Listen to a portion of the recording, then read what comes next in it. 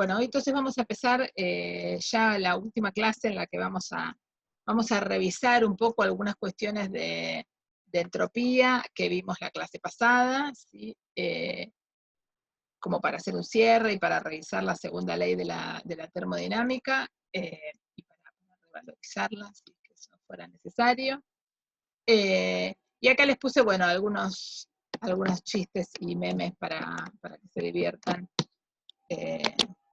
cuando revisen la materia.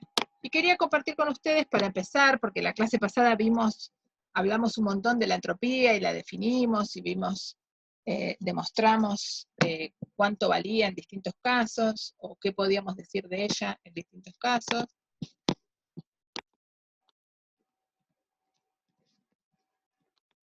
Ahora voy a contestarte, Tomás. Los temas los vamos a terminar el viernes que viene, ¿sí? El próximo miércoles voy a dar solamente algo muy, muy breve de el cierre de la materia, un resumen. Pero los temas que necesitan para el parcial, en realidad estamos terminándolos hoy. Y algo más de potenciales termodinámicos que van a usar y nada más.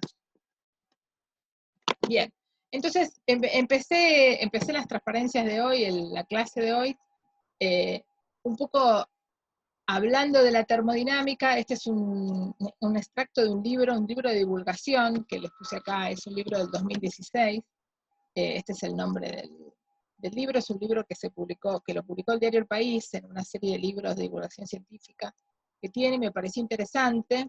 Dice, para poder explicar por qué existían fenómenos que en principio deberían estar permitidos por la física, pero nunca se verificaban empíricamente, se tuvo que introducir una nueva magnitud, la entropía.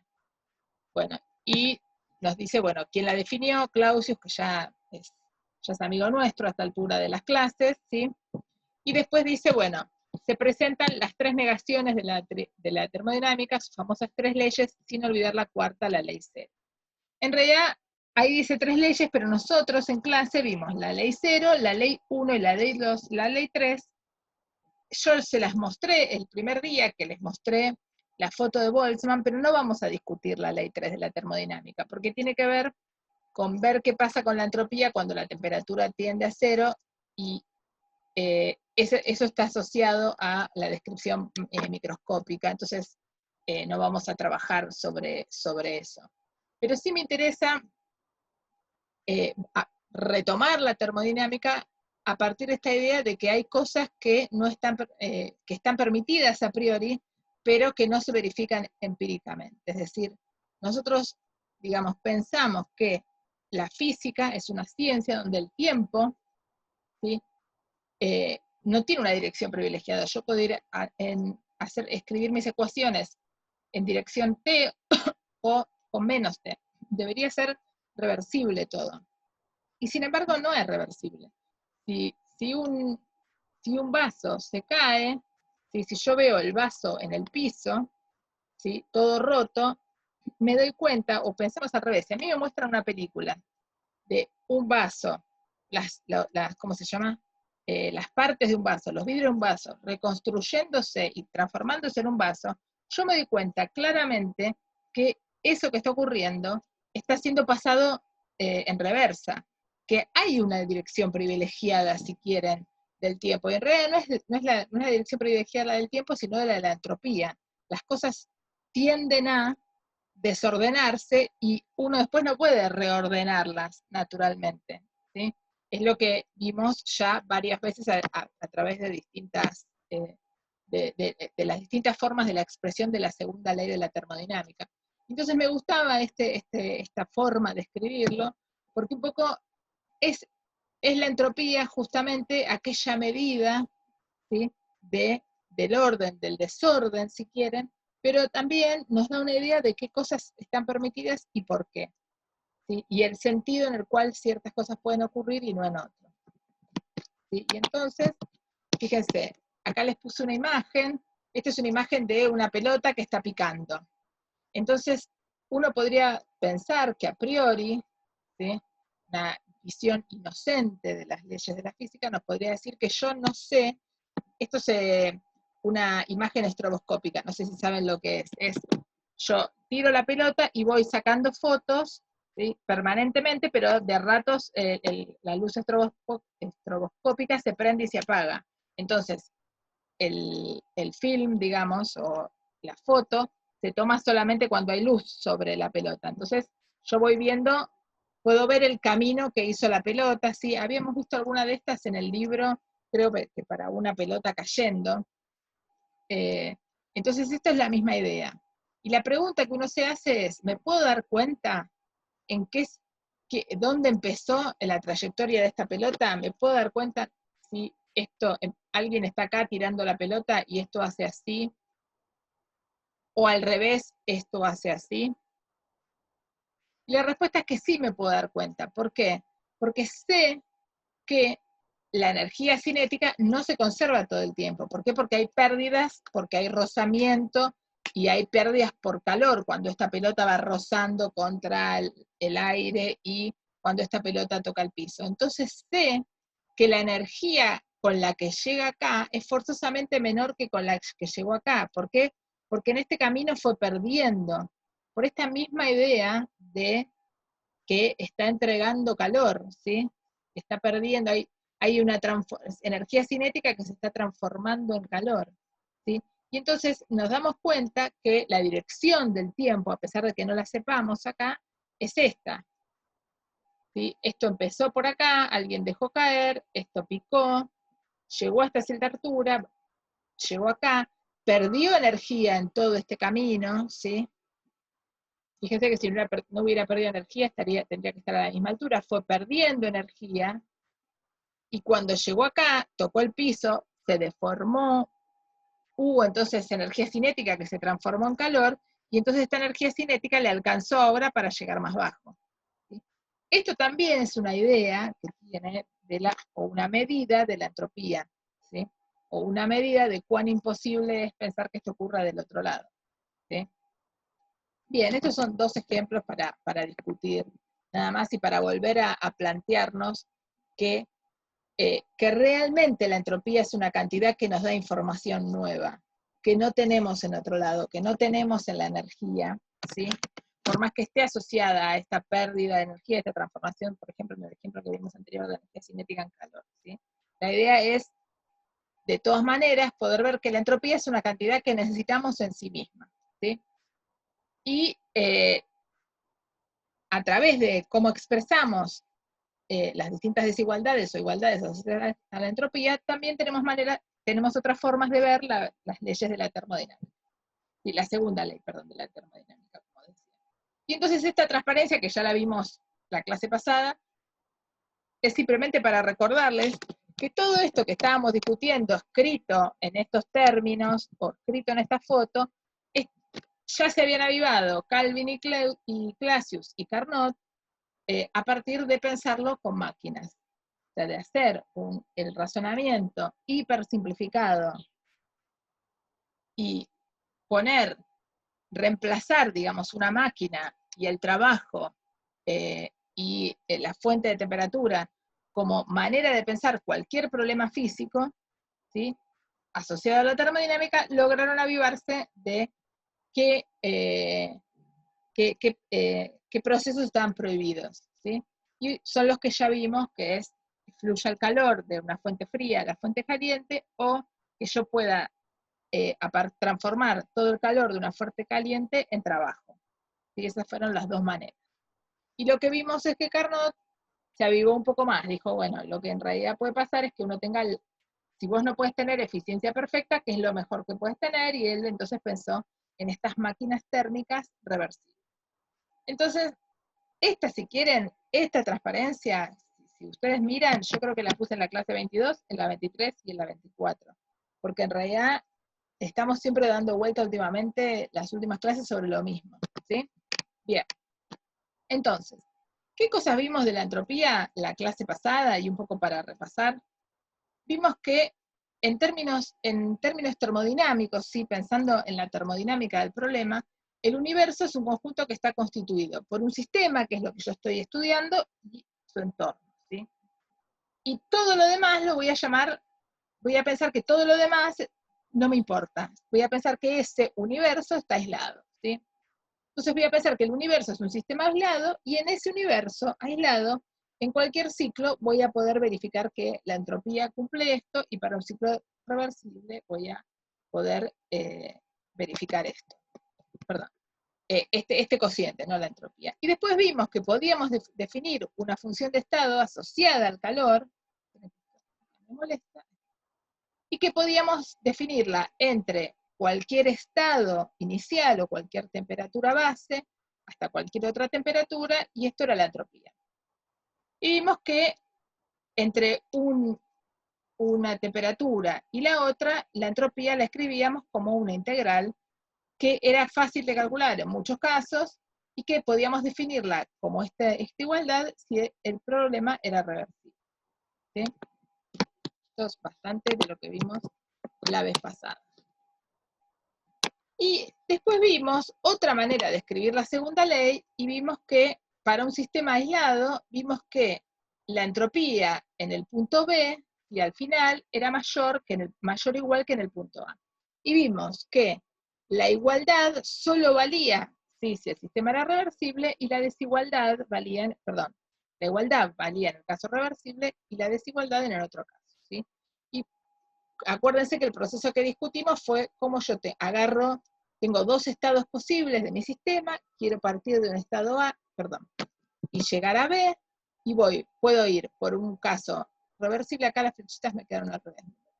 ¿Reversible o irreversible? Bueno, si voy por el lado irreversible, el estado final va a tener mayor entropía que el inicial, y si voy por uno reversible, el estado final va a tener mayor entropía que el inicial. Entonces, si tengo el vaso arriba de la mesa y se me cae, estoy yendo del estado A, vaso sano, al estado B, vaso roto, por un camino irreversible, ¿sí?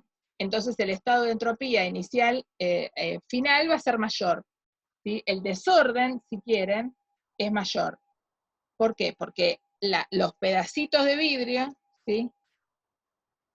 Si yo quiero transformarlo de vuelta en el vaso, tengo que hacer muchísimas cosas, ¿sí? Para volver a transformarlo en el vaso. ¿Cómo sería con el vaso ir del proceso de A a B en un proceso reversible? Sería que en realidad eso nunca cayera, ¿no? Fuera haciendo pequeños pasos, ¿sí? Tal que nunca se rompiera cuando llega abajo. Entonces se llega al piso igualmente sano, ¿sí? Bien, entonces, la entropía es, como les decía acá, para un sistema aislado. ¿Qué es un sistema aislado? El sistema que estamos estudiando más el universo no disminuye jamás, ¿sí? A lo sumo se mantiene igual que al principio, pero para ir de un estado A a un estado B, o aumenta la entropía o me quedo como estoy, pero no la puedo bajar, no puedo disminuir la entropía, ¿sí? Bien. Y entonces, si tengo un sistema, fíjense, tengo un sistema que puede recibir calor y puede recibir trabajo y puede intercambiar calor con su entorno, y esto es lo que llamo universo. Sí, acá hice un dibujo para que quedara más claro. La variación de entropía del universo va a ser siempre positiva. Acá no me importa qué pasa afuera. ¿Sí? La variación de entropía del universo va a ser siempre positiva. Si todos los procesos que ocurren son irreversibles, va a ser mayor que cero, estricto, y si son reversibles va a ser igual que cero. ¿Sí? Eso es, y acá simplemente lo escribí en palabras, ¿sí? Pero esta transparencia tiene como, si quieren, el ABC de la base de la entropía, ¿sí? Entonces, acuérdense, si yo voy de un proceso de un estado a un estado B, mediante un proceso irreversible, lo único que puede hacer la entropía es aumentar.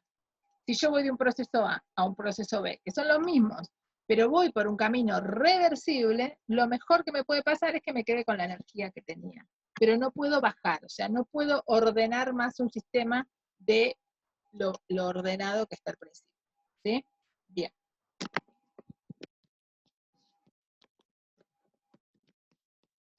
Y entonces, ahora vamos a hacer dos cálculos sencillos que tienen que ver, si ustedes se fijan, yo lo escribía el martes y me reía sola, porque todas mis clases últimamente parecen ser, yo les cuento algo, después voy y les cuento el ejemplo del gas ideal. Son como que el gas ideal parece ser el epítome de los ejemplos de esta materia, pero realmente es así. Realmente, y como les dije hace muchas clases, es realmente un gran modelo, un modelo súper robusto. Entonces tiene sentido que volvamos una y otra vez a ejemplos con el gas ideal. Porque realmente es una gran teoría, es un gran modelo y nos es súper útil. ¿Sí? Entonces vamos a plantearnos qué pasa cuando tenemos la expansión isotérmica de un gas ideal. Es decir, yo tengo, acá me olvidé de poner, estoy acá en A, fíjense, sí, este es el proceso A, esperen que voy a escribir acá. Sí, este es el estado A, que está definido, fíjense, por el volumen y la presión, y quiero ir hacia el estado B. ¿Sí? Si voy isotérmicamente, ¿sí? Voy por acá, por esta es una isoterma, ¿sí? Por eso les puse esta T. Y puedo, si no, venir de cualquier manera, que la puse en verde, un poco para seguir la coherencia de lo que había escrito antes. Fíjense. Entonces, el experimento es este. Yo tengo un estado A, donde conozco su presión, su volumen y su temperatura, aplico una transformación, un proceso reversible y me encuentro con una presión B, un volumen B y la misma temperatura porque fui por una isoterma. ¿Sí? Bien. Entonces, como estoy haciendo una expansión isotérmica, ¿por qué expansión? Porque aumento el volumen, ¿sí?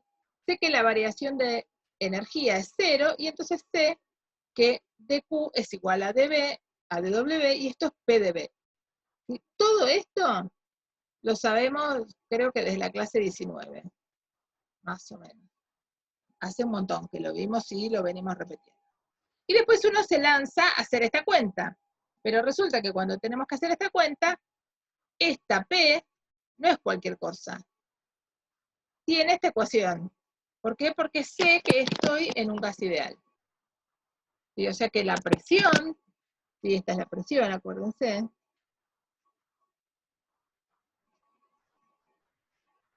la escribo como nRT sobre B, ¿sí?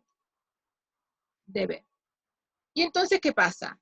Me queda, bueno, ahora vamos a hacer esta integral. Al mismo tiempo sé cómo se calcula la variación de entropía del gas. Se calcula, por lo que acabamos de ver, como la integral de dQ a dt entre los puntos A y B. Estos son mis estados. ¿Sí?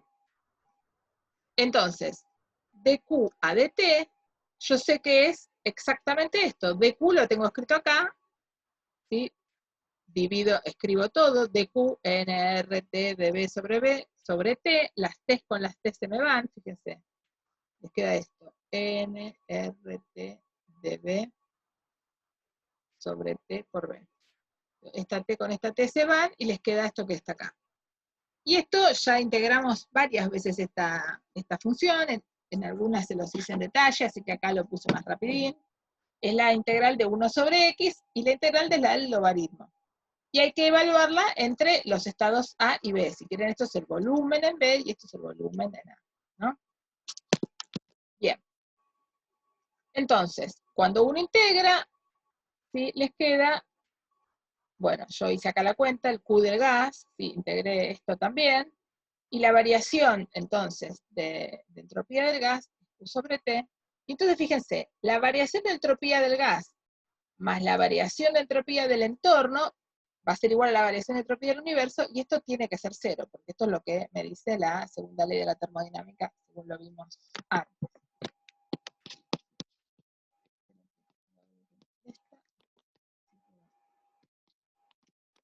Bien. Entonces, nada, podemos hacer fácilmente esa cuenta y guardarnos ese resultado. Fíjense que es un resultado interesante porque nosotros, al haber hecho ese cálculo entre A y B en un proceso reversible, tenemos ya, entonces ya sabemos cuánto nos da la variación de entropía total. Y ahora fíjense, vamos a hacer el segundo ejemplo, que lo puse en verde un poco para seguir la idea de la que teníamos acá. ¿Sí? Ahora estoy en el mismo lugar A que antes,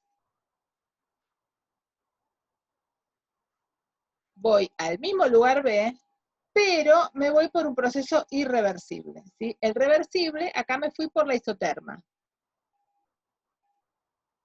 Y acá me voy por cualquier lado. ¿Sí? Y vamos a volver a hacer la misma cuenta y vamos a calcular cuánto vale la variación de entropía del universo. Nosotros ya sabemos que cuánto nos tiene que dar eso por la segunda ley de la termodinámica que vimos hace un rato, pero vamos a hacer ese cálculo. Bien, entonces, sí, todo esto para decir que estamos, este ejemplo, este dibujo que puse acá arriba, vale para los dos, es la misma situación, empiezo en el mismo lugar, termino en el mismo lugar, voy por distintos caminos, ¿sí? Acuérdense, si quieren es el ejemplo del vaso, ¿sí? El vaso lo voy agarrando y lo voy llevando despacito hasta el piso y no se me rompe, o empujo el vaso y lo vuelvo a encontrar en el piso hecho añicos, ¿sí?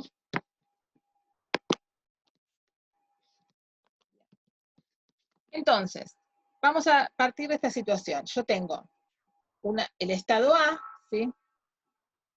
Ahí está, me quedó de antes, ¿no? Bueno, tengo el estado A, tengo una cierta cantidad, ¿sí? A una cierta temperatura, tengo el estado A y tengo, fíjense, una situación en la que tengo el gas o lo que sea que tenga, separado, ¿sí? De otra sección, ¿sí? Esto podrían ser, por ejemplo, dos tubos conectados, ¿sí? Pero que está en vacío de este lado, ¿sí? No hay nada. Entonces, ¿qué pasa? Yo, sin hacer trabajo y manteniendo esto en una expansión irreversible, pero adiabática, ¿sí? Con Q igual a 0, puedo lograr que esto se expanda, ¿sí? ¿Por qué? Porque saco esta pared, ¿sí? Y acá esto no hay nada, entonces este gas va a expandirse, ¿sí? O sea, tengo un gas confinado en un cierto volumen, y del otro lado hay vacío.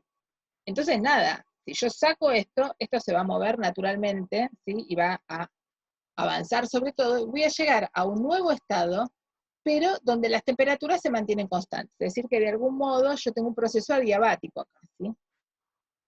Bien, pero irreversible, o sea, no puedo volver para atrás, no puedo volver a poner el tabique y que todo se acumule. Se ve claramente por qué que estoy segura que es irreversible esto. Bien, entonces,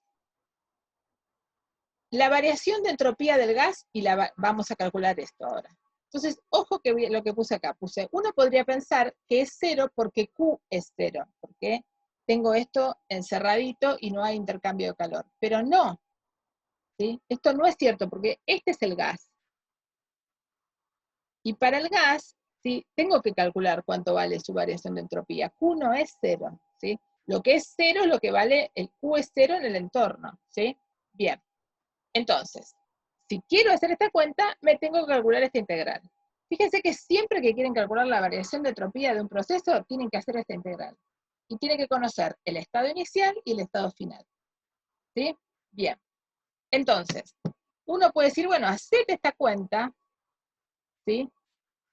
De manera que vos puedas conectar, ¿sí? Los dos estados, ¿sí? El estado inicial y el estado final, por algún camino. Y yo ya la hice esta cuenta, la hicimos en la cosa anterior, ¿sí?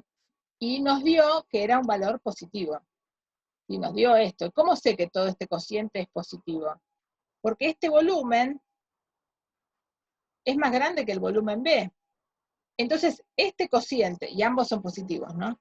Con lo cual, este logaritmo es un logaritmo de un número mayor que 1. Y yo sé que la función logaritmo es una cosa así. Este es el 1. Nadie se va a dar cuenta que es un gráfico de una función.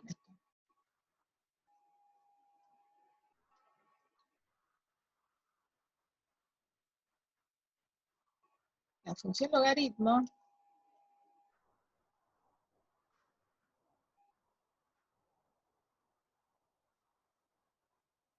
es una función así. Esta es la función logaritmo de x, ¿sí? Donde este es el número 1. Entonces, si yo tengo evaluada la función en un número que es mayor que 1, seguro que va a ser mayor que 0 esto. Y estas cosas son mayores que 0. Entonces, la variación de entropía del gas en el camino isotérmico es mayor que 0. Ya. Y la variación de entropía del entorno es 0. ¿Por qué? Porque lo tengo seteado de esta manera, ¿sí? Tengo el entorno adiabático. ¿Para qué? Para que no haya cambio de temperatura, porque si no voy a tener cambio de temperatura, y eso me lo dicen que no pasa. Lo sé porque es la situación en la que me pusieron el problema. Entonces, tengo la variación de entropía del gas, la variación de entropía del entorno, y la variación de entropía del universo me va a dar ahora un número positivo. Y sé que estoy entonces en un estado, en un proceso irreversible. Y lo único que hice fue usar todo el tiempo la ecuación de estado del gas ideal. Fíjense, como les decía la vez pasada, que uno podría entonces hacer estas mismas cuentas con otra ecuación de estado, de otro gas, ¿sí? Acuérdense como vimos la ecuación de Van der Waals, uno podría ver si esas cuentas salen de la misma manera. Bien. Y ahora les quiero compartir, esperen que no, voy a dejar de compartir esto. Quiero que volvamos a meternos en el tema de energía cinética, hacer una breve presentación y después nos vamos a meter sí, de lleno, pero quería dedicarle un ratito a esto. Con esto que acabo de ver, que acabamos de hacer, aplicamos las definiciones de entropía, tal como la trabajamos la semana pasada, a sistemas conocidos, típicos, siempre vistos como estados macroscópicos. Y ahora lo que queremos hacer es, ¿se acuerdan que se los dije al principio? Que era el problema de Boltzmann y de mucha gente de aquellas épocas, que era decir, bueno, si ahora yo me avivo de que la materia, ¿sí? Porque fíjense, voy a ir un poco para atrás. Los griegos, ¿qué pensaban de la materia? Los griegos pensaban que había cuatro materiales posibles, ¿sí? O sea, primero, los primeros griegos pensaban que la materia estaba hecha de cosas que no se podían dividir. De ahí salieron con la palabra. Después surgió la idea de que había 4 elementos en la naturaleza y que con esos 4 elementos uno podía describir todos los demás porque todos los demás eran combinaciones de ellos. Hasta que se empezaron a dar cuenta de que en realidad esa no era un buen acercamiento a la idea de la materia, ¿sí? Entonces, a partir de los descubrimientos de Dalton, Thomson, Rutherford, hasta llegar a Bohr, se llegó a una idea de cómo era la materia, ¿sí? O sea, todos los químicos tuvieron una gran preponderancia en entender cómo era la materia, la naturaleza atómica de la materia, pensar que la materia estaba constituida por átomos, que esos átomos estaban constituidos por un núcleo de protones y neutrones, de electrones y neutrones, y los protones y neutrones, y los electrones alrededor, y a partir de eso, uno podía más o menos entender la naturaleza, ahora sí, a partir de la combinación de estos átomos. Y entonces nos dimos cuenta que el agua era una combinación de 2 tipos de átomos, y así. Bien. Ahora, si yo entiendo todo esto de la naturaleza, como yo entendía qué era la temperatura y qué era la presión, tengo que volver a tratar de entender la temperatura, la presión, la energía, la capacidad calorífica, un montón de propiedades de la materia que me permitían hablar de ciertos materiales, de ciertos gases, de ciertos líquidos, entenderlos a partir de una teoría en la que los elementos constitutivos son los átomos. Y ahí es donde entra lo que llamamos la teoría cinética. Así que es la teoría que trata de explicar propiedades de las sustancias a partir de entender el movimiento de estas partículas constitutivas, que pueden ser átomos o moléculas. Ya vamos a ver que el modelo funciona bien tanto con moléculas como con átomos. Entonces quería volver a contarles algo que ya habíamos visto en clases anteriores porque lo había usado, pero ahora realmente lo vamos a llenar con las hipótesis y le vamos a poner nombre a las cosas y vamos a hacer deducciones. O sea, vamos a pasar de aquellos comentarios heurísticos que hice en algunas clases a formalizarlo. Entonces quiero empezar otra vez con algunos ejemplos. Y quiero mostrarles esto, fíjense. Fíjense, acá tenemos un gas a temperatura constante, porque no le estoy cambiando la temperatura, ¿sí? A presión constante y volumen constante, ¿sí? Se ve que está todo constante acá. Bien. Ahora vamos a ver, estos son los átomos más pesados. ¿Sí? Me puse acá un sistemita que cuenta las colisiones con la pared, es decir, cuántas veces choca esto con la pared. ¿Sí? Y lo que dice acá, periodo de la muestra es 10 picosegundos, serán esto, me imagino, no sé. La idea es ver que durante un tiempito muy corto, el problema cuenta las colisiones. Entonces, fíjense, va contando las colisiones. 77 colisiones con la pared, de todos estos átomos que yo puse. ¿Sí? Bien. Ahora lo vuelvo a hacer, pasó un rato. Me da 75. ¿Sí?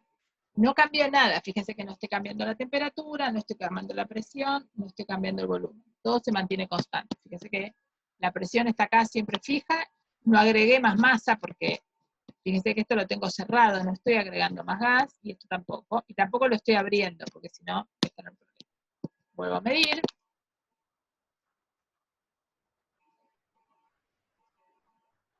Me da 59.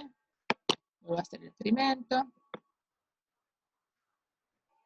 Me da 80. Entonces, fíjense que si ustedes, cada uno de ustedes, ahora se abrieran este programita, metiera la misma cantidad de partículas que yo, y lo hicieran, seguro que no les daría exactamente lo mismo. Pero fíjense que durante un tiempo fijo, que está siempre, es la misma cantidad, el número de colisiones, de choques contra la pared, en promedio podemos pensar que se mantiene más o menos constante. Si yo cambio el tiempo, fíjense, me daba 71, me dio en el anterior, ¿no? Lo hago ahora, me da 43,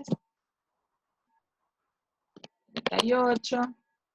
Si tomáramos nota de 10 o 12, veríamos que al final más o menos, por ejemplo, esto está en más o menos 40 y lo otro estará en más o menos 80. ¿Sí? Muy, ¿cómo se llama? Muy grosera la estimación. Pero que el número de choques, ¿sí? Más o menos se mantiene constante. Y esto parece ser importante porque, ¿se acuerdan que yo les dije que una de las cantidades que uno tenía ganas de conocer, o de ver, digamos, si podía describir, era la presión? Y la presión uno la puede pensar como la cantidad, ¿sí? ¿Sí? La fuerza que hacen cada una de estas que van chocando acá. ¿Sí? Y si el número de choques más o menos se mantiene constante, bueno, la presión uno va por lo menos poder estimarla. Pero fíjense que uno ya puede empezar a pensar que los golpeteos de las pelotitas estas contra las paredes, ¿sí? Van a ejercer una presión, ¿sí? Y que más o menos va a estar en promedio, más o menos parecida o siempre igual, si no hago nada. Ahora, si subo la temperatura, 468 tenemos de temperatura, veamos qué pasa con los golpeteos. Fíjense, ya aumentaron.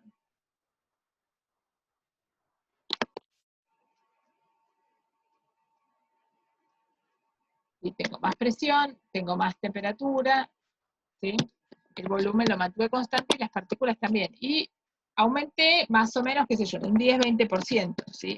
Pasé de 300 grados a casi 500, ¿sí? Vamos a ver qué pasa si lo llevamos a 600.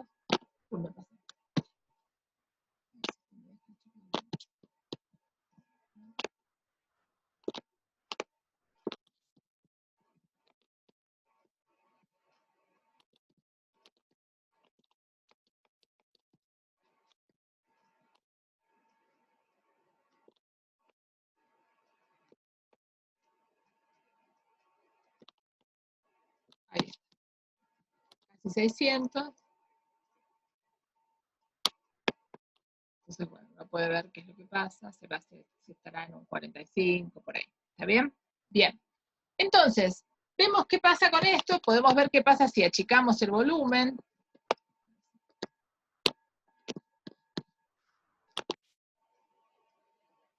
Ahora tengo muchos más golpeteos, ¿sí? Porque mantuve, el volumen ya no es constante, lo achiqué mucho, mantuve la temperatura constante, ¿sí? Pero varió bastante, ¿sí? Pero entonces fíjense que el golpeteo parece tener una buena información ahí de lo que está pasando. Y entonces lo que vamos a hacer, ahora voy a dejar de compartir esto, Vamos a volver. Entonces, vamos a tratar de hacer una teoría a partir de esto, ¿sí? Entonces, la teoría va a tener como objetivo, ¿sí?, poder describir, a partir de conocer la posición y la velocidad de las partículas estas que forman el gas, ¿sí?, las cantidades macroscópicas, que son temperatura, presión, energía, etc. ¿Sí? La teoría cinético-molecular va a tener ciertas hipótesis, y esas hipótesis, ¿sí?, las vamos a tener que tener muy claras. Entonces vamos a suponer que tenemos moléculas, átomos, que están encerradas en un volumen constante, ¿sí?, o fijo. Sí, acá son dos diferentes nada más. Vamos a suponer que son puntuales. Quizás ustedes, que seguro cursaron más químicas que yo, ya tienen claro a esta altura que las moléculas no son puntuales. De hecho, cada una tiene su forma, ¿sí?, ni siquiera son bidimensionales, pueden tener cualquier forma. Entonces, esto es una aproximación importante. Pero para la teoría cinética nos alcanza y nos sobra, ¿sí?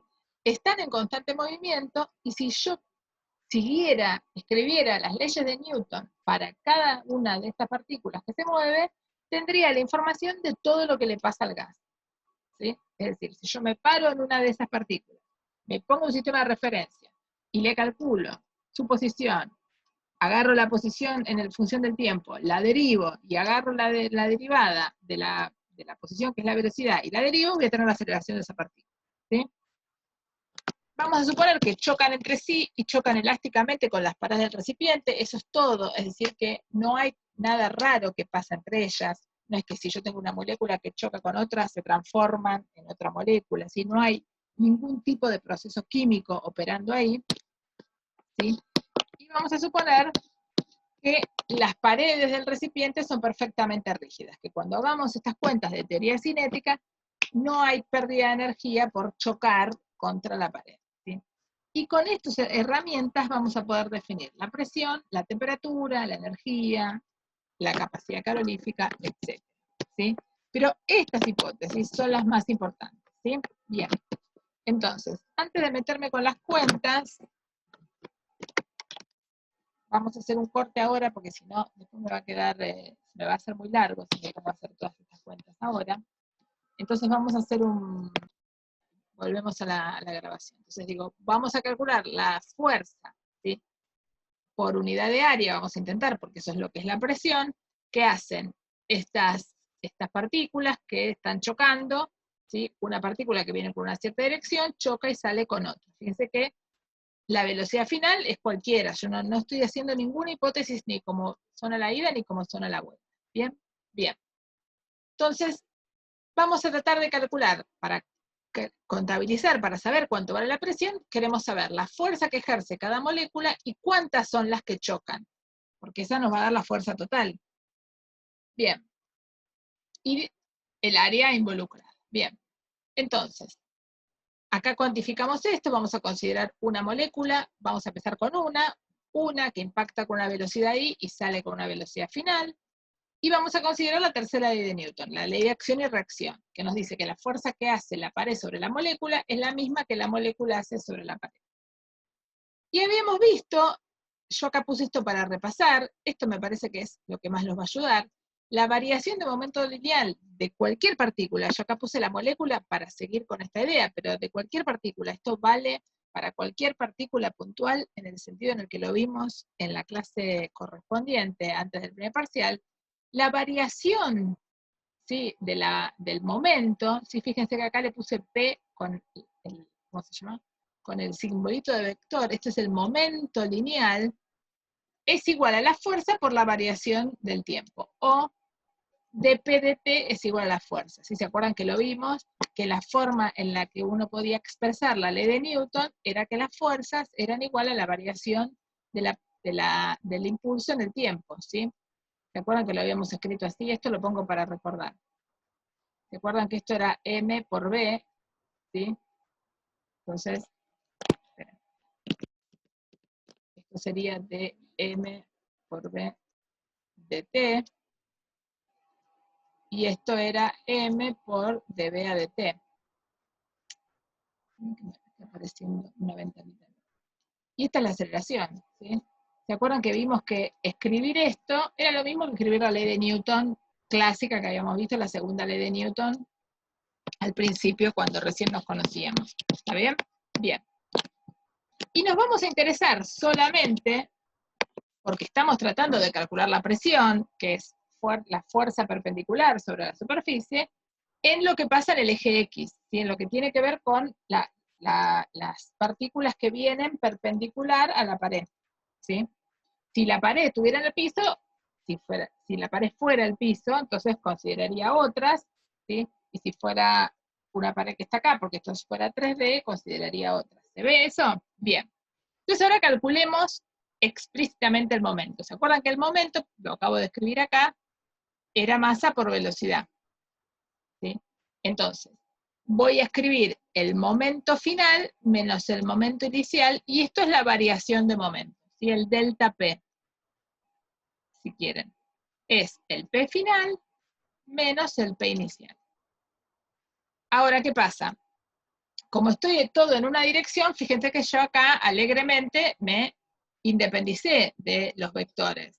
Pero esto lo hice porque yo ya sé que lo dije antes, estoy trabajando en esta dirección. ¿Sí? Bien. Entonces, el momento final va a ser m por lo que valga el módulo de la velocidad en x, ¿sí? Y el momento inicial menos lo que vale el momento inicial. Y fíjense, ¿por qué acá tengo este menos?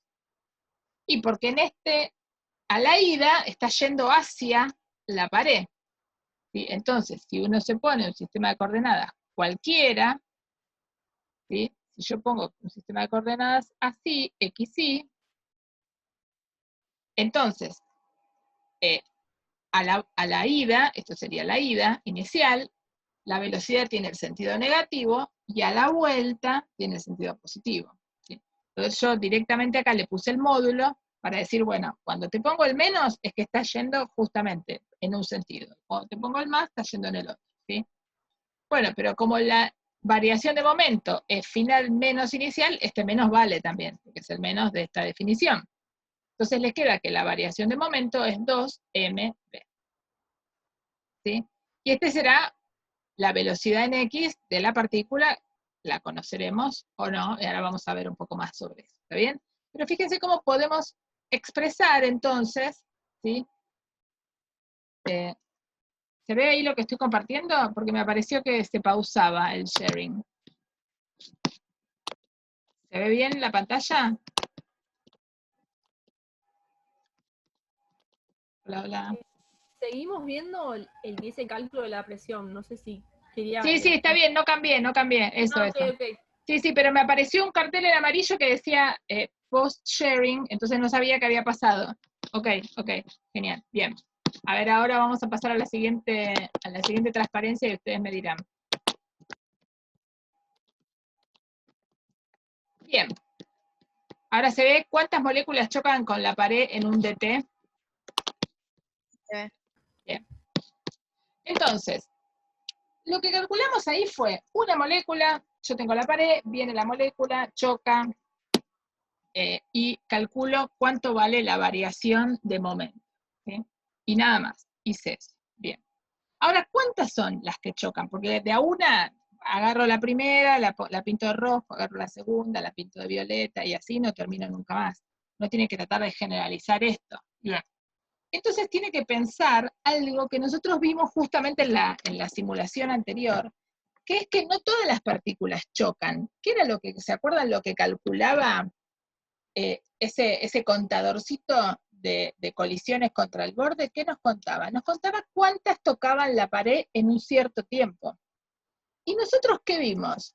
Que si yo hacía más grande mi escala de tiempo, el tiempo en el que dejaba contar las que tocaban la pared, tenía obviamente más partículas que chocaban contra la pared. O sea que lo que vimos es que según la cantidad de tiempo que yo tengo, voy a poder tener más o menos partículas que toquen la pared. Es decir, que si no todas chocan contra la pared, ¿cuáles son las que chocan? Y bueno, son las que alcanzan a recorrer un cierto un cierto dx en el tiempo que yo les doy. Dicho de otro modo, voy a hacer un dibujo acá, que puede estar feo, pero me parece que va a ayudar. Si yo tengo una partícula acá, y tengo otra acá. Y hay otra por acá. Yo sé que estas dos tienen más chance de chocar contra esta pared en un tiempo corto que esta, ¿sí? Porque hasta que esta llega acá, ¿está bien? Entonces, ¿cómo contabilizo eso? ¿Cómo contabilizo todas las que están, digamos, en un espacio cercano, ¿sí? Y que entonces van a poder chocar con la pared en un cierto delta t. Tengo que describir esa longitud. Y esa longitud es velocidad por dx, por dt, perdón, ¿sí? Fíjense que esto tiene unidades de longitud. Este tipo de consideraciones las hicimos varias veces al principio cuando hablábamos de cinemática. ¿Sí? Y fíjense que no por nada, esto se llama, ¿no? El título es, estamos viendo teoría cinética, estamos usando la cinemática para hacer una teoría de presión, energía, temperatura de ciertas sustancias, de las sustancias en general, ¿sí? Entonces estamos usando su cinética, su posición y su velocidad. Y las consideraciones que estamos usando para describir el espacio van a ser justamente la velocidad y la posición. Sabemos esto, ¿no? Uno sabe que espacio sobre tiempo, x sobre t es velocidad. Entonces, es lo que escribí acá.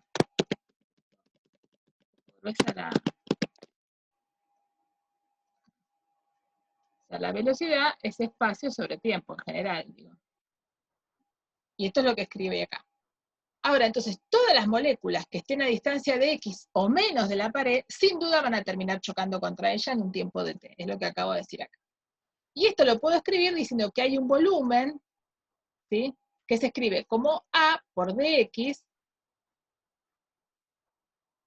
¿sí? A por dx, que son todas las que estén ahí, van a chocar contra la pared, ¿sí?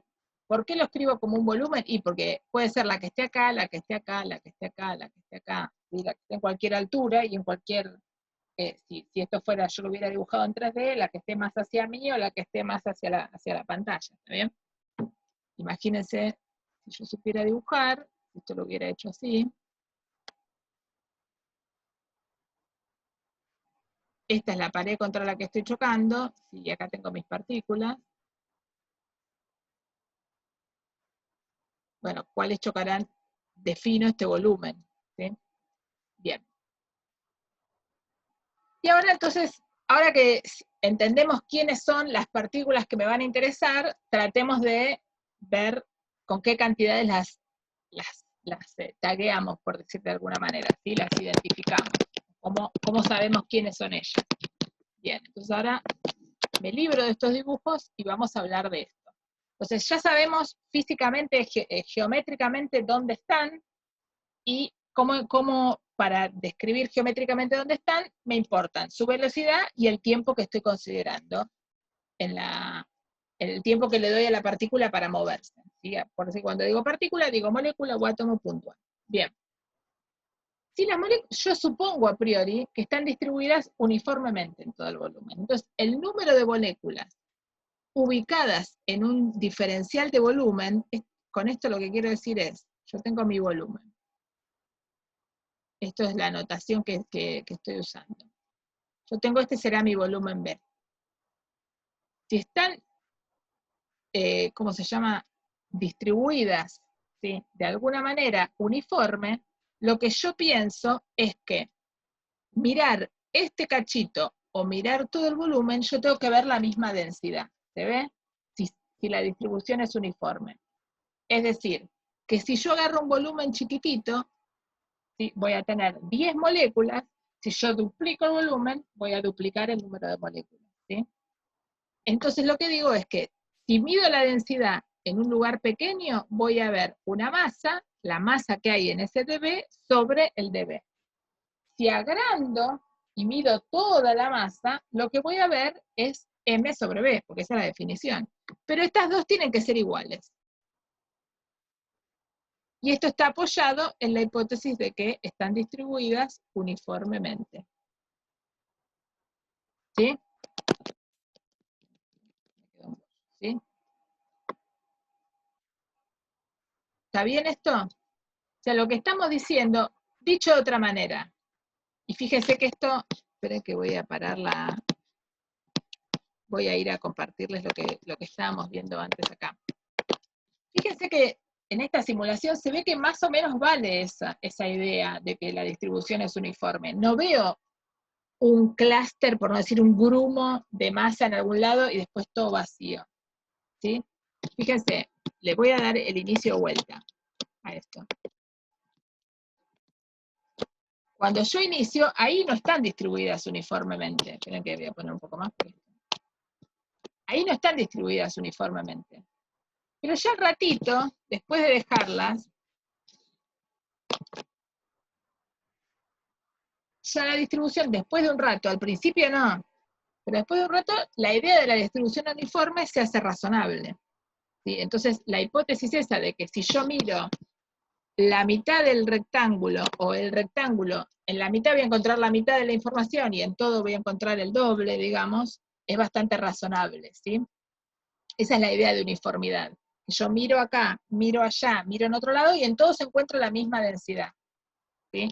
Y esa densidad es la misma, justamente esa es la idea de la propiedad intensiva, que vale lo mismo, no importa si yo agarro un pedazo pequeño o un pedazo grande.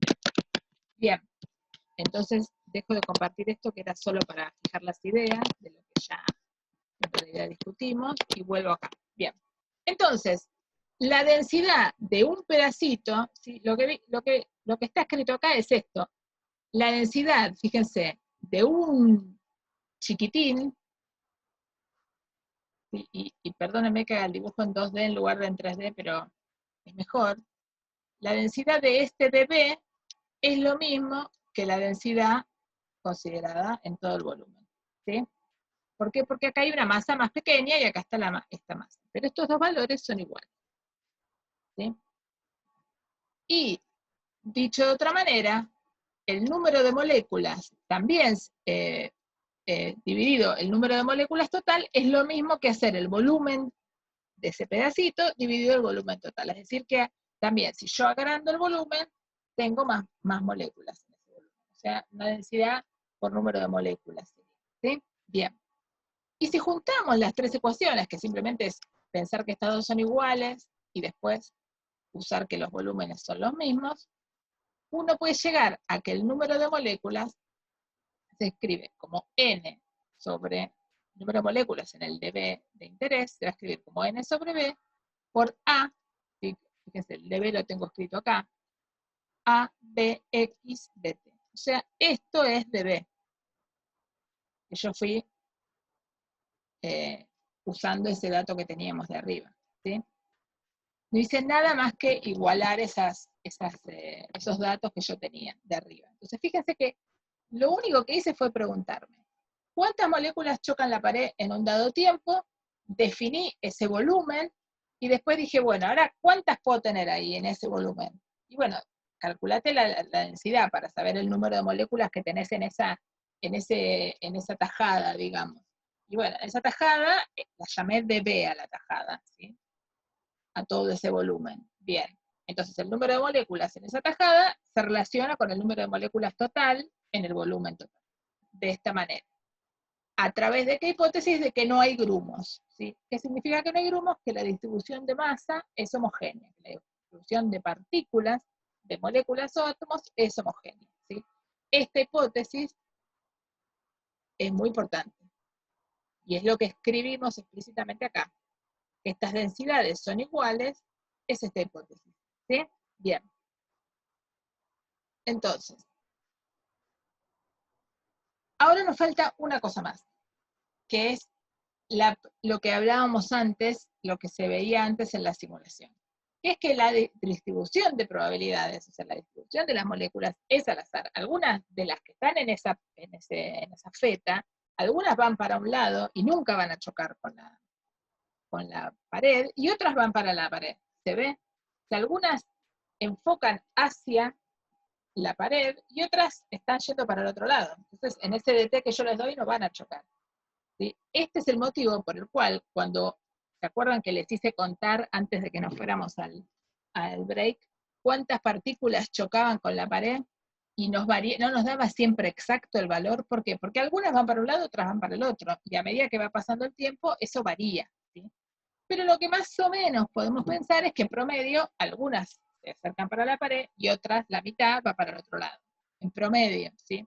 Entonces decimos que las que chocan contra la pared, en lugar de ser todas estas, son la mitad. Fíjense que acá estamos haciendo una hipótesis de equiprobabilidad, por decirlo de alguna manera. La mitad puede ir para un lado y la mitad puede ir para el otro, ¿sí? Yo no tengo, como las partículas colisionan alegremente, yo no tengo manera de saber si hay una dirección privilegiada. Distinto sería si esto fuera, por ejemplo, electrones y yo le aplico un campo magnético. Entonces ahí los tipos se irían para un lado privilegiado, pero acá no hay nada privilegiado. Entonces esta hipótesis de equiprobabilidad para un lado o para el otro es perfectamente razonable. ¿Está bien? Bien. Entonces,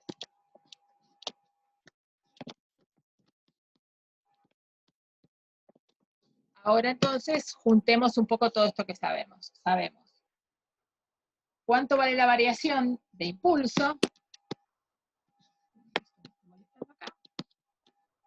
Sabemos cuánto vale la variación de impulso, y ahora para una molécula, y ahora entonces calculemos lo general. Entonces fíjense, la variación de impulso total va a ser la variación de una, que era el dibujito que hicimos al principio, una que va, choca, se va para otro lado, y le calculo la variación de impulso en la dirección que me interesa, ¿sí?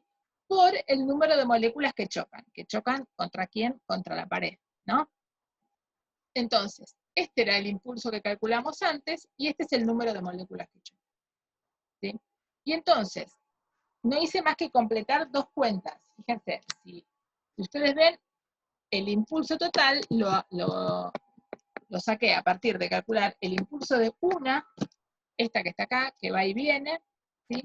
Y después de preguntarme cuántas tienen el mismo destino que esta primera, ¿sí?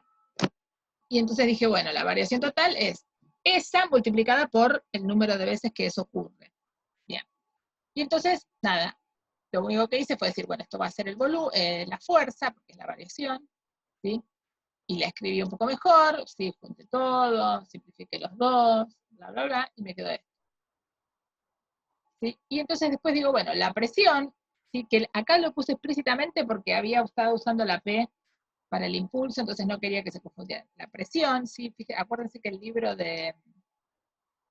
¿cómo se llama? Muchas veces usa la P minúscula, ¿sí? Pero nosotros muchas veces en la guía usamos la P mayúscula, entonces por eso puse presión, para que no haya dudas. Se define como la fuerza perpendicular sobre el área. La fuerza ya la tengo acá, le paso el área dividiendo, y me queda lo que vale la presión. Esto es la presión.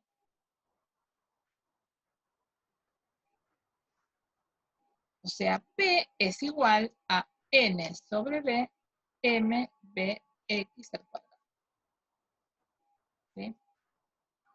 Entonces, fíjense, ¿cómo llegué a una expresión para la presión? Llegué a una expresión para la presión a partir de calcular la variación de impulso de una partícula y después preguntarme cuántas tienen probabilidad de chocar contra la pared.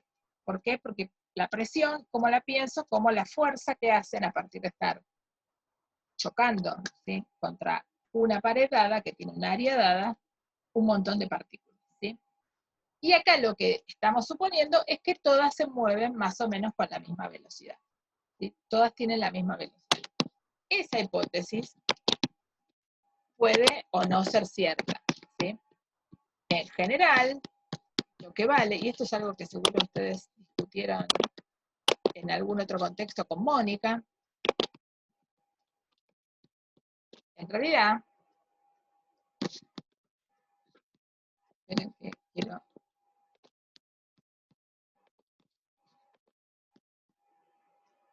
volver a esto. Fíjense, uno no puede, si uno se parara a seguir una de estas, no podría asegurar que todas tienen exactamente la misma velocidad, ¿sí? Si cuenta el tiempo que tarda una de estas en salir de acá y recorrer, no sé, una X cantidad, fíjense que esto uno puede medir el ancho, ¿sí? Uno podría estimar la velocidad y todas no van a tener la misma velocidad, pero tampoco andan muy lejos, ¿sí? Bien. Seguramente ustedes hicieron con Mónica algún cálculo y vieron esto con ella.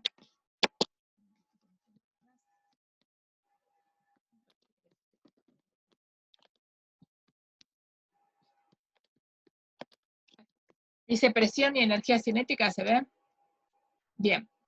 Entonces, la hipótesis que vamos a usar, o la hipótesis típica, es que la velocidad tiene una distribución gaussiana. ¿Qué quiere decir? Que la probabilidad de que yo encuentre más o menos las partículas con esta velocidad es máxima y después más o menos va decayendo. O sea que todas, una gran parte, tiene una velocidad que está por acá. Y entonces vamos a definir, la distribución gaussiana sirve para un montón de cosas, pueden tener, de cantidades pueden tener distribución gaussiana. Lo que suponemos nosotros es que lo que tiene distribución gaussiana son las velocidades. Y entonces vamos a reemplazar Bx por el valor medio. Esto es el valor medio. Ustedes seguro ya calcularon valores medios de tiempos y usaron esta gaussiana cuando hicieron el trabajo de péndulo en el laboratorio, ¿sí? Y ahora, si queremos generar la idea tridimensional, porque, fíjense, la idea del dibujito que les mostré en la simulación, yo tengo una cajita que en principio es 3D, o sea que tiene caras, ¿sí?, en la dirección X, en la dirección Y, y arriba y abajo. Entonces, uno puede pensar que no hay una dirección privilegiada, que da lo mismo para la partícula mirarla en X, en Y o en Z, y entonces la presión se va a escribir como, fíjense, voy a decir, la velocidad al cuadrado va a ser bx cuadrado más bi cuadrado más bz cuadrado, y esto va a ser 3bx al cuadrado, que es la cuenta que tengo del bx anterior. Paso esto dividiendo y reemplazo en esta expresión. Y entonces me queda una expresión para la presión, que es nm b cuadrado, para p por b, que es nm b cuadrado sobre 3. P por b, ¿sí?, que ya lo vimos muchas veces, es la B esta, la pasé para acá, ¿no? Bien. Y ahora fíjense, lo que me queda acá, y esto traté de ponerlo así, espero que se entienda, yo puedo pensar, esta expresión la separé a propósito, ¿sí? Hice una forma de escribirla a propósito. Entonces fíjense, puse, dividí por 2 y multipliqué por 2. ¿Para qué? Para que me quedara un medio de b cuadrado. ¿Por qué? Porque un medio de b cuadrado es el valor o la fórmula de la energía cinética de un cuerpo que tiene masa m. Un cuerpo puntual de masa m tiene una energía cinética que es un medio de m b cuadrado. ¿Sí? Entonces dije, bueno, me hago aparecer el 2 para que me aparezca en la expresión la energía cinética de una molécula, de una partícula, de un átomo. ¿Sí? Ahora, como lo tengo multiplicado por n, eso es la energía cinética de n moléculas. Es decir, lo llamé directamente la energía cinética del gas en cuestión. N moléculas, n átomos, lo que sea. ¿Está bien? Entonces, fíjense, de acá a acá, ¿qué hice? Primero me inventé, multipliqué y dividí por 2. No es nada grave. Hice aparecer ahí la expresión de la energía cinética de una partícula puntual. Me quedó un n, entonces eso lo puedo interpretar como que P por B es 2/3 de la energía cinética promedio del gas. Entonces fíjense, encuentro que la presión se relaciona con la energía cinética del gas, de esta manera. Primer resultado importante, entonces. Encuentro que la presión se relaciona con la velocidad, ¿sí? Y es más, o lo puedo extender tanto que lo puedo llegar a interpretar con una interpretación anterior o posterior para nosotros en el orden en que vimos las cosas, que tiene que ver relacionar la presión con la energía cinética. Entonces fíjense qué fuerte, que partimos de pensar que tenía un gas de partículas, de moléculas, ¿sí? Les puse ciertas condiciones a esos bichos, les dije que tenían que ser puntuales, que tenían que cumplir la ley de Newton, y me puse a contar cuánto vale la presión, la fuerza por unidad de área por chocar, y a partir de eso logré encontrar una expresión en la que tengo la presión en términos de la velocidad de esas partículas. Y no solo de la velocidad, sino que de la energía cinética de esas partículas. Bien. O sea que esto, la verdad que está bueno, muy bueno. Bien. Y ahora, supongamos que en lugar de, además de tener, esperen que esto me quedo con millones de escrituras acá que no está bueno. Ahora supongamos, además, que tenemos un gas ideal. ¿Sí? Es decir, tenemos un sistema igual al anterior con todas las hipótesis más las hipótesis de teoría cinética. ¿Se entiende? O sea, tengo todas las hipótesis que les planteé al principio y en un gas ideal, ¿sí? En un gas ideal es un volumen, un gas que está no bastante diluido, poco interactuante, ya sabemos lo que es un gas ideal. Bien, entonces, P por B es igual a NKT. Esto lo vimos hace rato cuando vimos la ecuación de estado del gas ideal, o también habíamos visto que es P por B es igual a NRT. Dos expresiones diferentes. ¿Se acuerdan que les había contado que esta acá venía de Boltzmann? Bien, entonces, fíjense, relaciono. Esto es lo que acabo de calcular para un gas, con las hipótesis de la teoría cinética. Y sé que esto tiene que ser igual a NKT porque estoy en un gas ideal, o sea, porque junté las dos cosas. Bien, entonces, bueno, acá volví a escribir exactamente lo mismo, no sé por qué se lo puse dos veces, ahora que lo pienso. Bien. Después lo que hice fue agarrar y dividir todo por n. ¿Sí? Entonces me queda que la energía cinética de 2/3 por la energía cinética de una molécula es kT. O sea que la energía cinética de una molécula es 3/2 de kT. ¿Sí? O, lo que es lo mismo, es 3/2 de nRT. ¿Sí? Es decir, la temperatura, ¿sí? Y esto es lo que el resultado importante, no sé por qué acá les puse dos veces la misma ecuación. Ah, ya sé, porque acá puse una molécula, ¿sí? La energía cinética de una molécula por n me va a dar el número, me va a dar el, ¿cómo se llama? La energía cinética. Bien. Entonces, fíjense, lo que les quería contar era que acabamos de relacionar la energía cinética con la temperatura, que era algo que heurísticamente nosotros ya habíamos hablado, ¿sí? Y que se ve en la simulación que les mostré. Cuando le subimos la temperatura al gas, las partículas se empiezan a mover más rápido. O sea, su energía cinética aumenta, ¿sí? Y nos aparece este numerito 3/2, que ahora vamos a ver, ¿sí? Pero entonces, fíjense que a partir de escribir la presión, logramos relacionar la presión con la energía cinética y después, relacionando la ecuación de estado del gas ideal con la presión, obtenemos que la temperatura es una medida de la energía cinética de las moléculas. Fíjense, cosa que ya habíamos visto.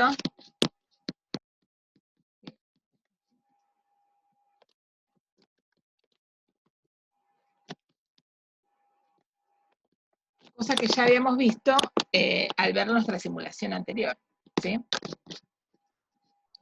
Bien. Y es fácil, o sea, después vuelvo a mirar, pero fíjense que si yo ahora aumento un rato la temperatura, se ve a simple vista que se mueve mucho más rápido.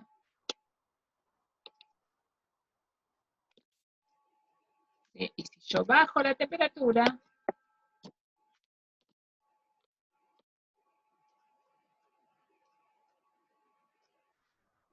ahí es aún más llamativo cómo va cambiando su velocidad. ¿Sí? Es decir, cambia su energía cinética. ¿Sí? Es decir, claramente vemos que hay una relación entre el gas, ¿sí? La velocidad de las partículas del gas y su temperatura. ¿Sí? Lo cual, medio que habíamos ya charlado, pero acá aparece, emerge de las ecuaciones. Está muy bueno. Bien.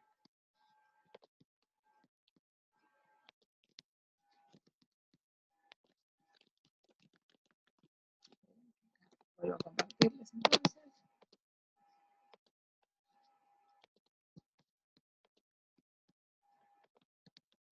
Entonces, muy bien.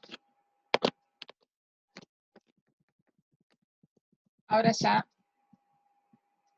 Entonces, fíjense cómo logramos, a partir de la teoría, de la teoría cinética, entender o tener expresiones para la energía, para la velocidad, para la presión, y ahora vamos a tratar de tener una expresión para el calor específico, ¿sí? Bien, entonces, recordemos un poco dónde aparecía el calor específico y qué cosas sabemos. Siempre con el gas ideal. Nosotros sabíamos, ¿sí? En nuestro modelo yo lo llamé molecular, ¿sí? ¿Por qué molecular? Porque todo el tiempo había dicho moléculas, ¿sí? El modelo, si quieren, si quieren, es el modelo, ¿sí? Cinético molecular.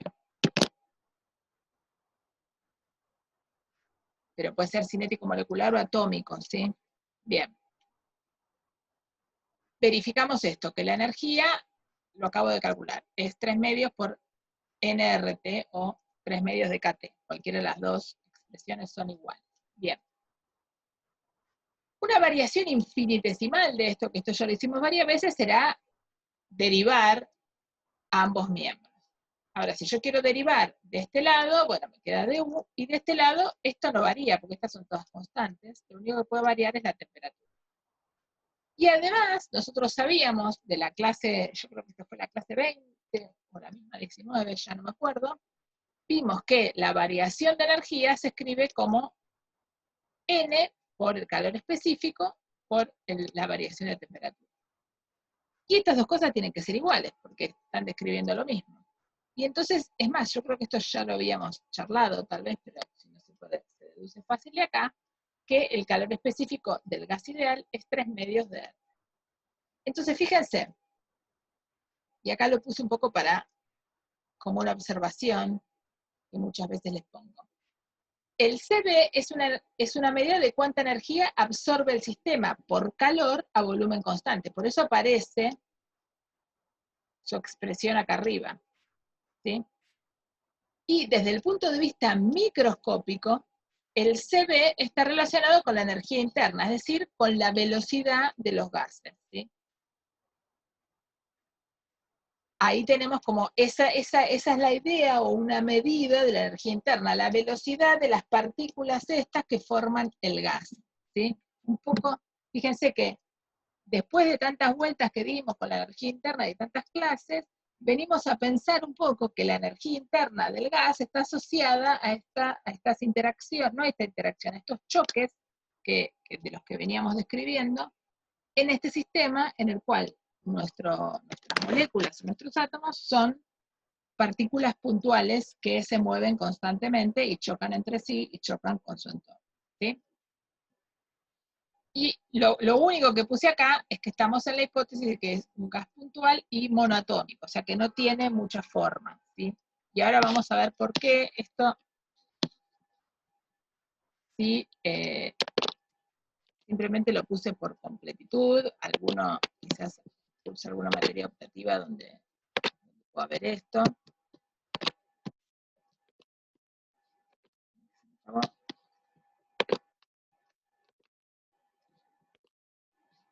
Y acá lo puse un poquito más claro, ¿sí?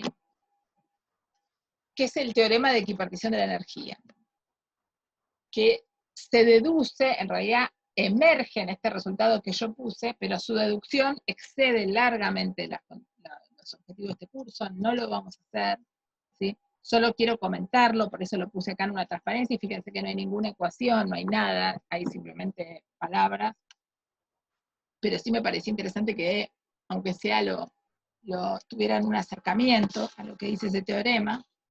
Entonces, primero voy a discutir un par de cosas y después vamos al teorema. Yo puse acá una molécula puntual, puede moverse en 3 dimensiones, ¿sí? O sea, yo tengo X y Z, tengo una molécula acá, y si yo me pregunto, ¿cómo describo la cinética de esta partícula? Yo necesito, para describir la cinética de esta partícula, 3 datos. Si yo conozco el valor de X, el valor de Y y el valor de Z de esa partícula. En todo tiempo conozco lo que le va a pasar a esa partícula en toda su vida, porque si conozco X de T, Y de T, Z de T, conozco su velocidad, conozco su aceleración, y chao. ¿Sí? Esto es lo que llamamos grados de libertad en física, que es el número de coordenadas independientes, es decir, que no se pueden calcular una en función de la otra, que necesitamos para describir la vida, el movimiento de una partícula. La teoría cinética nos permite demostrar que cada grado de libertad de una molécula contribuye en kT/2 a la energía cinética.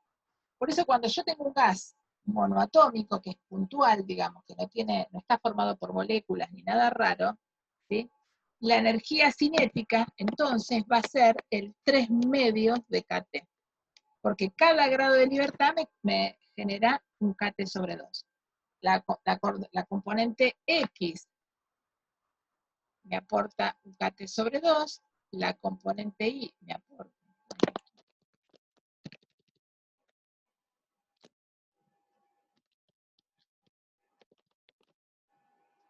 La componente X me aporta un kT/2, la componente Y kT/2 y la componente Z kT/2. Cuando sumo estas cosas, esto me termina dando 3/2 de kT. Y esta es la energía cinética. ¿Sí? Ahora, lo que me dice el teorema de equipartición de energía, entonces que si yo tengo n partículas en equilibrio térmico a una cierta temperatura, cada grado de libertad aparece o se expresa en la energía cinética, ¿sí? Como una contribución kT/2. ¿Sí? ¿Por qué esto es súper relevante? Porque hay veces que nosotros vamos a tener gases más complicados, un gas formado, por ejemplo, por una molécula así, ¿sí? Donde los grados de libertad sean más que las posiciones de cada una, voy a tener las interacciones entre ellas, y entonces, si yo conozco una molécula que forma un gas y conozco todos los grados de libertad de esa molécula, voy a poder al final del día calcular cuántas contribuciones va a tener a su energía cinética. ¿Sí? Para nosotros no cambia nada, porque nosotros no vamos a ver situaciones complicadas. Pero está bueno que sepan que en realidad, si uno conoce el tipo de gas que tiene, conoce el tipo de molécula que forma el gas, y conoce los grados de libertad, es decir, el número de coordenadas independientes que necesita para describir el movimiento de ese objeto, molécula, átomo, lo que sea, entonces va a poder calcular cuánto vale su energía cinética simplemente diciendo, bueno, ¿cuántos grados de libertad tengo? Tiro un número absurdo, 83. ¿Cuánto va a ser su energía cinética? 83 por kT/2. ¿Sí? Porque cuando tenía 3 era 3/2 de kT, o sea, 3 por kT/2. ¿Está bien? Eso es simplemente, es un resultado súper fuerte, súper poderoso para nosotros, muy importante para la química, ¿sí? Además de para la cinemática de cuerpos rígidos, para un montón de cosas, pero es muy importante en química, y me gustaba la idea de, aunque sea presentárselos, que alguna vez lo hayan visto, por si lo encuentran en su carrera profesional, en un libro o en otra materia. ¿Cómo se demuestra esto y cómo hacer esta cuenta? Está más allá de los límites de esta materia. ¿Sí? Esto no entra en el final. A lo sumo les puedo preguntar, simplemente interpretar por el 3/2 de kT, o sea, el resultado anterior en términos del teorema de equipartición. Pero jamás les pediría que usen el teorema para calcular nada. ¿Sí? O sea, es simplemente, lo estoy comentando a título informativo porque está bueno que lo sepan. Y nada más. Así que bueno, con esto, entonces sí, hoy termino la clase.